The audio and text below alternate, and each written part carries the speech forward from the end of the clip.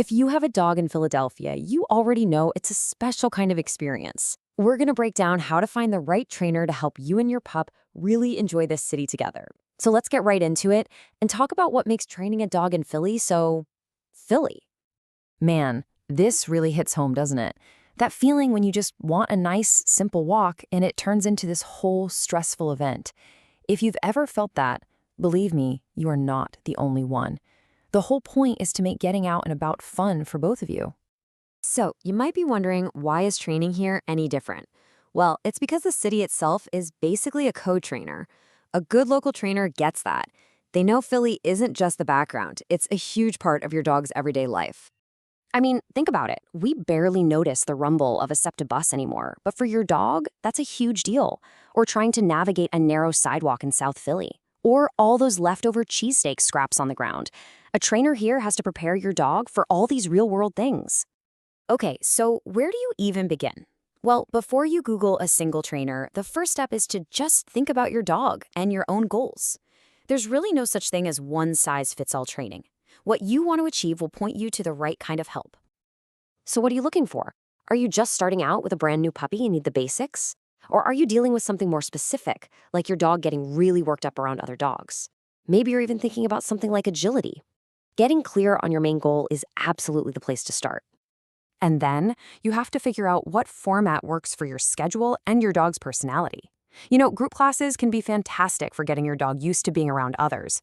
Private lessons, on the other hand, give you that one-on-one focus. Board and train can be pretty intense, but you have to be ready to keep up the work when your dog comes home. Once you have an idea of your goals and your style, you can start looking for a real pro. Now, this is a big one. The dog training world isn't really regulated, which means it's kind of up to us, the owners, to figure out who's actually qualified. So let's talk about exactly what you should be looking for. Okay, I know this looks like a bunch of alphabet soup, but these letters are actually a big deal. They mean a trainer has put in the work, they've studied, they've passed some tough exams on animal behavior, and they're committed to staying up to date. It's a really good first check for professionalism. So you're going to hear this term a lot, positive reinforcement. And it's pretty much the gold standard for a reason. It's way more than just handing out treats. It's about scientifically teaching your dog that making good choices, like looking at you instead of lunging at a squirrel, is the most rewarding thing they can do. It really builds a confident dog and a much stronger bond between you two. All right, let's just lay it all out here, because there's a really clear difference in training approaches. On one side, you have methods that build trust and confidence. And on the other, you have these older, outdated ideas that are based on fear or pain. Honestly, if you hear a trainer talking about dominance or being the alpha, that's a huge red flag. Just walk away. Okay, so you've done your homework. You've found a few trainers who seem to have the right credentials, and they talk about using positive methods. Now it's time to actually talk to them. The questions you ask are going to tell you everything you need to know. Think of this as your interview checklist. A good trainer will be more than happy to answer all of these. You want to hear answers that are clear, that make sense, and that are tailored to your dog. Be wary of anyone who gives you vague answers or promises some kind of magical quick fix. All right, let's get into the practical stuff. Money and rules. Being a responsible dog owner in this city means knowing the local laws and just having a realistic sense of what training is going to cost. So here's a rough idea of what you can expect to budget. And yeah, the costs can really vary.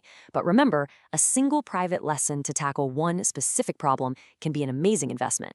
And group classes are a really affordable way to work on general manners. And you've got to know the local rules, right?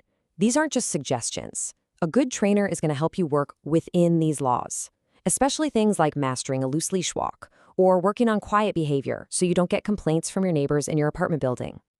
I really want this point to sink in. This isn't about turning your dog into some kind of perfect robot. It's about teaching them the skills they need so that you can both have more freedom to enjoy life together safely and without stress. And that's what this is really all about, isn't it? Just picture it. Sitting outside a cafe in Rittenhouse with your dog just chilling by your feet, or walking down East Passyunk without having your arm yanked. That's the real payoff for all your hard work. Finding the right trainer is really just the beginning of a new chapter for you and your dog. The effort you put in now is going to pay off for years and years, building this amazing partnership that lets you enjoy everything Philly has to offer, together.